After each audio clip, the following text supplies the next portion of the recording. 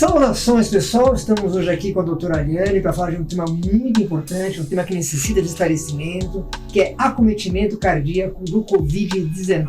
Então nós estamos aqui na Faculdade de Ciências Médicas da Santa Casa de São Paulo. Então, inicialmente, doutora, eu pedi que a senhora comente, inclusive, o ambiente que nós estamos, né? Porque sim. Aquela história, temos que tomar todos os cuidados, né? Então, esse ambiente que nós estamos é adequado para uma conversa com essa característica? Pois é, Oscar, obrigado aí pela oportunidade.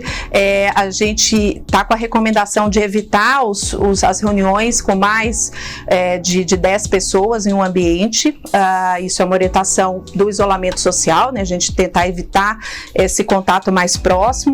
Então aqui, né, a gente está mais afastado, a gente está respeitando a distância de 1 metro, que deve ser mantida entre as pessoas.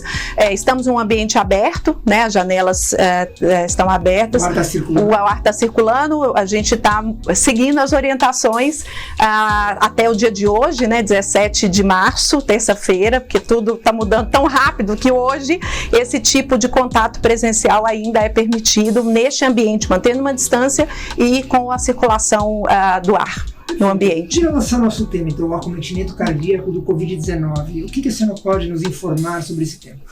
Oscar, sim, é um tema que está trazendo muitas dúvidas para a população. Nós, médicos, estamos nos informando diariamente. Os dados que a gente tem, se a gente lembrar de quando começou essa epidemia e onde a gente está hoje, a gente começou a ouvir falar de um vírus que causava um problema respiratório na China, final de dezembro de 2019.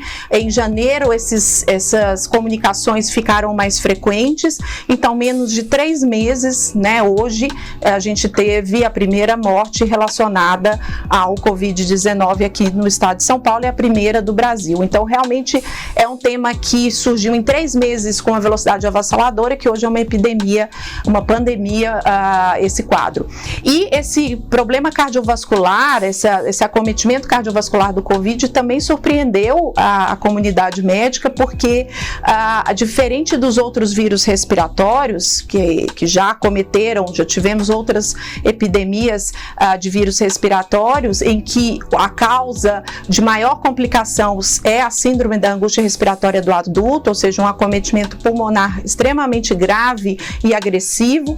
Os dados que a gente está recebendo dos pacientes tratados na China, ou seja, dados de 2 meses atrás, de 1 mês que estão sendo publicados, têm mostrado que o Covid também acomete, além do sistema respiratório, o sistema cardiovascular, causando um quadro inflamatório no coração, que a gente hoje está entendendo que é um quadro de uma miocardite, uma inflamação do coração, causando, além do problema respiratório, também um quadro de falência cardíaca grave, e isso, infelizmente, tem sido, nos dados que estão sendo liberados, a causa de morte em alguns pacientes, principalmente os dados que vieram da China. Então, é um comportamento do vírus mais agressivo para o sistema cardiovascular, que faz com que a gente fique muito alerta do que está acontecendo e do que pode acontecer no Brasil. A gente espera que não tenha, né, mais casos graves como este. Já há pesquisas no exterior que indicam essa direção? Já tem, está tudo sendo muito rápido, as pessoas estão publicando relatos de casos, todas as revistas médicas estão abertas, e a New England e a Lancet, que são as principais revistas nessa área da medicina, estão publicando relatos, 10, 20, 30 casos, porque tudo que vem para a gente é informação.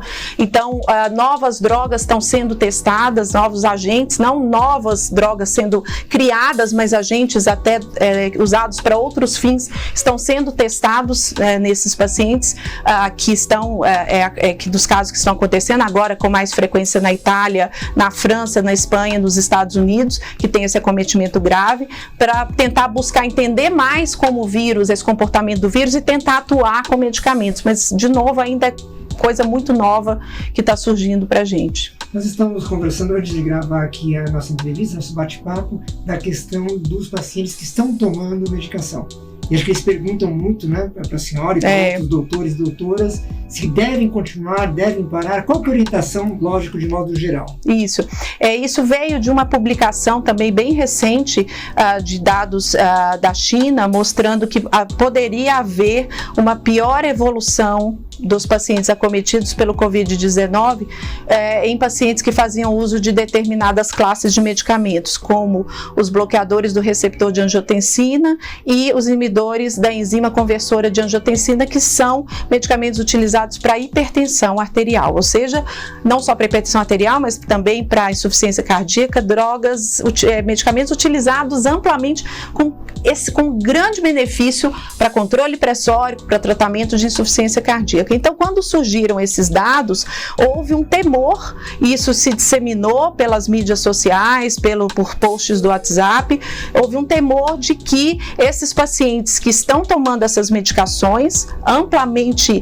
benéficas para a população pudessem ter um acometimento mais grave do coronavírus, e com isso o temor de que o receio de usar essas medicações, eles deveriam suspender.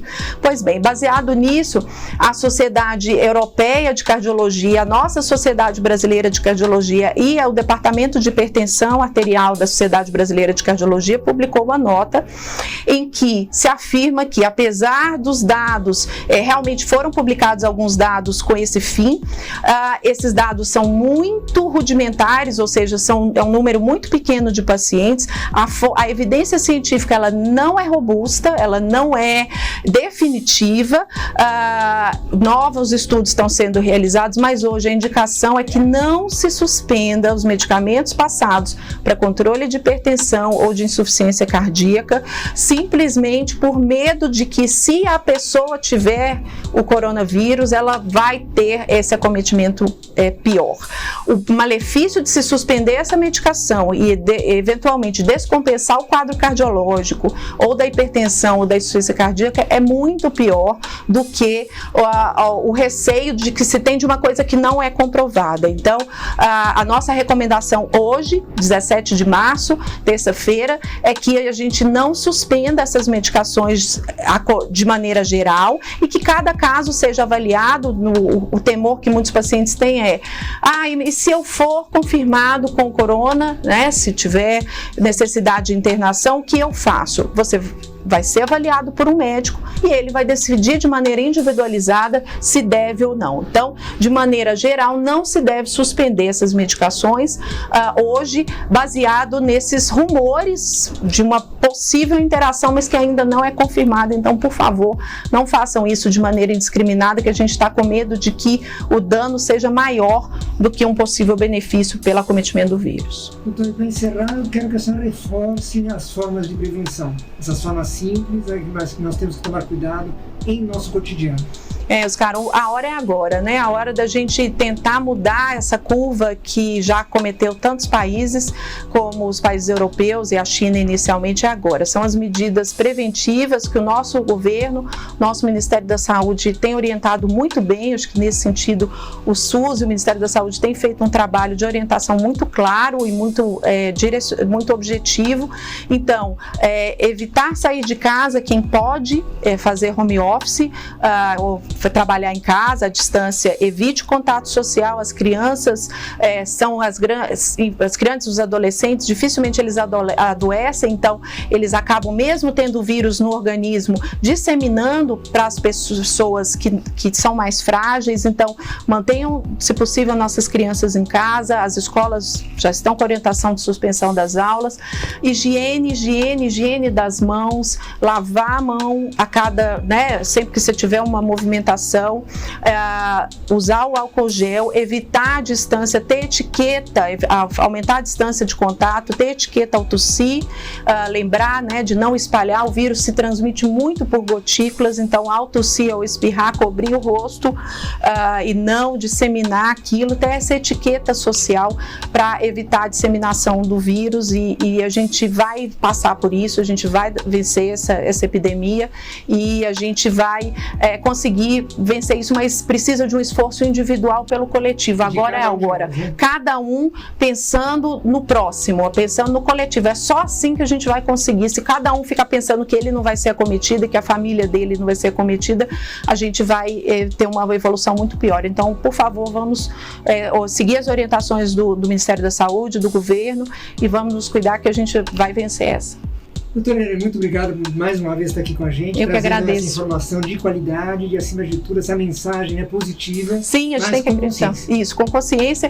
E a gente espera que nos próximos dias a gente traga notícias boas, né? Que tenham avanços aí na ciência e no desenvolvimento aí da vacina e do tratamento para esse vírus. Mas higiene e seguir as regras de educação, de etiqueta e social, gente. Pessoal, muito obrigado e até a próxima, tá? Até a próxima.